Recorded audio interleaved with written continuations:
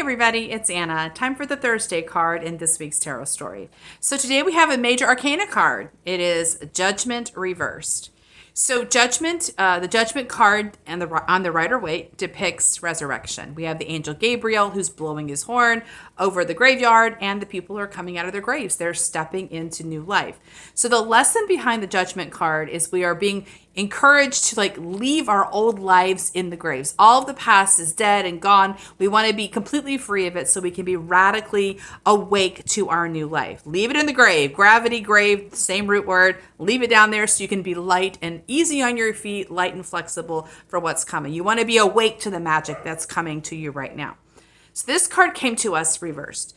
And that suggests to me that we might be carrying some gravity from the past. We might be, and it can be wounds. It can be sad stories. I mean, that's possible, but it can also be like lessons, like things that you learned in your past that maybe were helpful for a time in your life, but now you've outgrown the lessons or you've already internalized them. You don't have to keep reminding yourself of stuff or even, and the lesson might just be old and obsolete too. So the idea of trusting yourself in this moment, you know what you need. You don't have to draw on old ideas or experiences to root yourself. You want to feel your current experience of magic and know that there's enough within you. You've already integrated what you need to learn. You're able to improvise. You're able to innovate and pivot right now in this moment without using old stories. And the reason I think this might be coming up is yesterday's card was the Queen of Pentacles reversed. And that is a Mother Earth, abundant earth sort of energy, creating beauty and comfort and that kind of thing. But the reversal is we're not ready to take action in that way. We're doing an internalized version of this. So we're taking the time to dream about the garden before we plant the garden, right? And so the reason we might be getting some heaviness here is most of us have been taught and have learned to fear that we're going to lose our opportunity. You're going to run out of time, strike while the iron is hot. This idea of taking action immediately. Do not waste your time, messing around. You want to take action right away. And the fear that if you don't take action right away, you will miss an opportunity.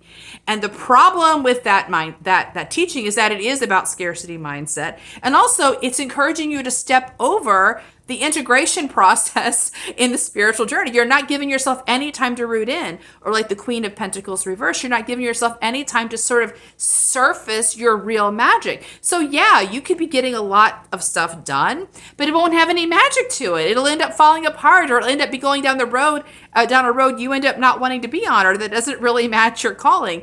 So it's better to take your time to trust the natural working out of your genius, which means you don't move all the time, right? So if you're discovering that there's sort of judgments or stories in your head that someone gave you, trying to be helpful, right?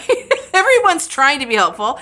But they gave you that is sort of making you feel nervous about being still, and making you feel like you're being lazy or you're feeling guilty because you're not taking advantage of, carpe diem, grab life, by the horns or whatever that is. That lesson doesn't help us create magic.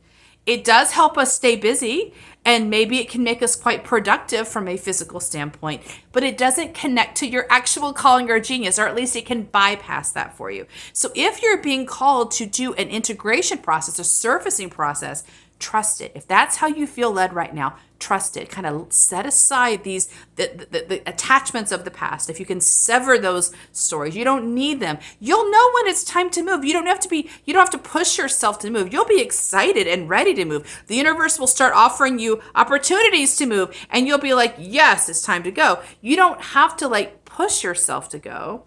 You're here to do stuff. So you don't have to worry about missing your opportunity.